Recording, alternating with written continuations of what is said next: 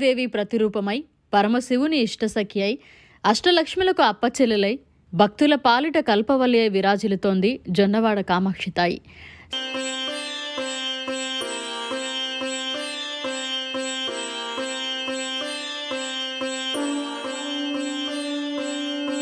శ్రీ పొట్టి శ్రీరాములు నెల్లూరు జిల్లా బుచ్చిరెడ్డిపాలెం మండలం జొన్నవాడ గ్రామంలో పవిత్ర పెన్నా నదీ తీరాన కొలువై శరణజొచ్చిన వారి కోర్కెలు తీర్చుతూ భక్తుల కొంగు బంగారంగా విరాజిల్లుతోంది.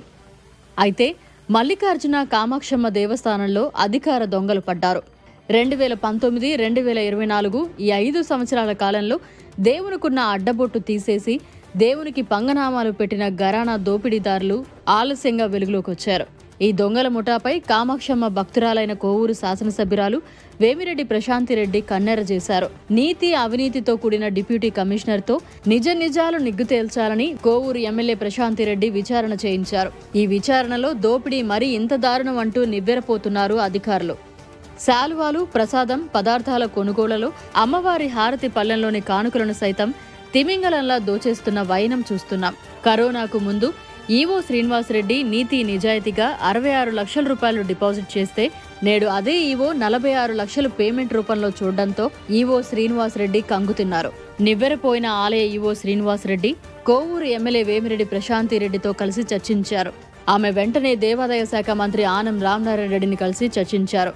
మంత్రి విచారణకు గ్రీన్ సిగ్నల్ ఇచ్చారు. విజిలెన్స్ కి ఇస్తే మసిపూసి మారేడుకాయలా చేస్తారని దానిని పక్కన పెట్టి కొరడా చులిపించే డిప్యూటీ కమిషనర్ని విచారణాధికారిగా నియమించి డబ్బుకి అమ్ముడుపోని సిబ్బందిని విచారణకు ఎంపిక చేశారు.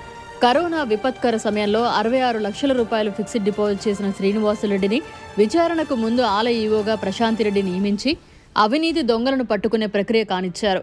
2018 నుంచి 2024 వరకు 6 ఏళ్ల కాలంలో జరిగిన జమా ఖర్చుల సంగతి తేల్చేందుకు డిప్యూటీ కమిషనర్తో పాటు మరో 6 మంది సిబ్బంది 18 నుంచి 20వ తేదీ వరకు విచారణ నిర్వహించి రికార్డులు పరిశీలించారు. ఈ విచారణలో ప్రతి ఏటా జరిగే బ్రహ్మోత్సవాల నిర్వహణలో ఆలయ కరెన్సీ తుక్కుతుక్కుగా తినేశారు. నిబంధనలకు నిలువున పాతరేశారు. బడ్జెట్ని ఏడాదికి అలువిగాకుండా పెంచి జొన్న చొప్పల్లా తినేశారు. నకిలీ బిల్లులు పెట్టి అమ్మవారి డబ్బులను నిలువున దోపిడీ చేశారు. కోటి కుంకుమార్చన, మహా కుంభాభిషేకం మాటున అలివి కాకుండా తినేశారు. భక్తుల నుంచి ఎంత స్వీకరించారు, అవి ఎక్కడ జమ చేశారన్న సంగతి విచారణ అధికారులు చూసి నివ్వెరపోయారు. భక్తుల నుంచి స్వీకరించిన కానుకలు ఆలయ ఖాతాలో జమ చేస్తే ఈజీగా తినడానికి ఇబ్బందని బ్యాంకు ఖాతాకి బదులు భక్తుల దగ్గర దాచుకున్నారు. అన్నదాన నిర్వహణకు భక్తులు ఇచ్చే కానుకలను కానిచ్చేశారు. కండువాల కొనుగోళ్లు లెక్క చూసి విచారణ అధికారులకు కళ్లు బయర్లు కమ్మాయి. అవినీతి కొరకు మోసాలు, అవకతవకలు జడివాన్లా జరిగాయి. ఫల సరుకులు, ప్రసాదాల వస్తువుల కొనుగోలులోనూ మితిమీరిన అవినీతి చోటు చేసుకుంది. అలవెన్సుల పేరిట దోపిడీ చేశారు. ఇలా అమ్మవారి డబ్బులను హారతి కర్పూరంలా గత కొన్నేళ్లుగా కరగదీయడంతో కామాక్షమ్మ ఆలయం అప్పుల ఊబిలోకి జారింది. ఈ మహా కుంభకోణంలో ఇటీవల గత 2 సంవత్సరాల క్రితం బాధితులు నిర్వహించిన చైర్మన్ కు పై అధికారులు నోటీసులు కూడా జారీ చేసినట్లు తెలుస్తోంది. ఈ చైర్మన్ ఆధ్వర్యంలో బ్రహ్మోత్సవాలు, మహాకుంభాభిషేకం, కుంకుమార్చన వంటివి నిర్వహించారు. వాటిలో దాతలు ఇచ్చిన నగదునే కాక అమ్మవారి హుండీలు కూడా మాయం చేసినట్టు తెలుస్తోంది. దీనిపై ఎమ్మెల్యే వేమిరెడ్డి ప్రశాంతిరెడ్డి దేవుని సొమ్మునే మింగేస్తారా అంటూ ఆగ్రహంతో ఊగిపోతున్నారు.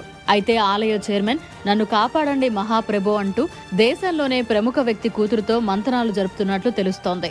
స్థానిక ఎమ్మెల్యే మాత్రం అవినీతికి పాల్పడిన వారిని ఎవరినైనా సరే వదిలేదే లేదన్నారు. మరిన్ని అప్డేట్స్ కోసం మన HN9 టీవీ ఛానల్ ని సబ్స్క్రైబ్ చేసుకోండి.